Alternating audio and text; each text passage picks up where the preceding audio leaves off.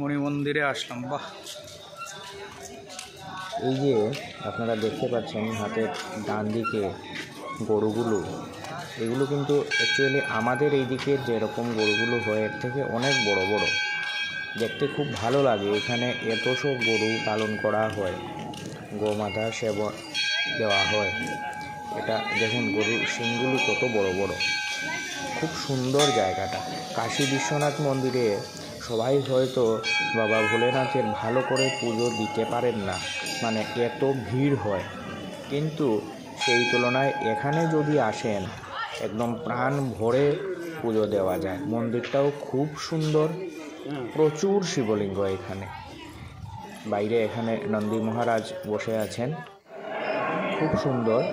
ভিডিওটার মধ্যে শেষ ভাগে দেখতে পারবেন একজন বসে গান গাইছেন, হারমোনিয়াম বাজিয়ে খুব সুন্দর গান গাইছেন। মানে আমি মন্ত্রমুগ্ধের মতো আমি শুনছিলাম গানটা।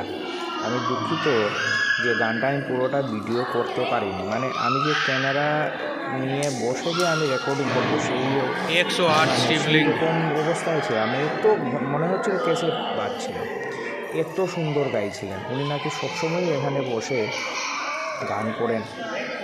আর খুব সুন্দর জায়গাটা। আপনারা বেনারস গেলে কাশী বিশ্বনাথের দর্শন করে এই মণিমন্দিরে অবশ্যই আসবেন। দেখুন সাইডে অনেকগুলো কিন্তু শিবলিঙ্গ, আর এখানে আছেন সেই আমাদের প্রাণপ্রিয় শ্রী রাম, লক্ষ্মণ আর সীতা মাতা। এখানের মধ্যে খুব সুন্দর মূর্তি, খুব সুন্দর মূর্তি, আপনারা দেখতে থাকুন।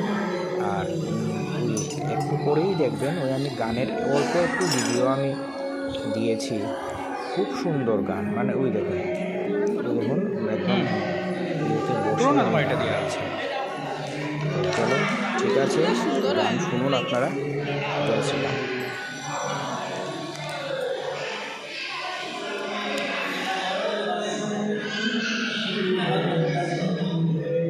বাহ।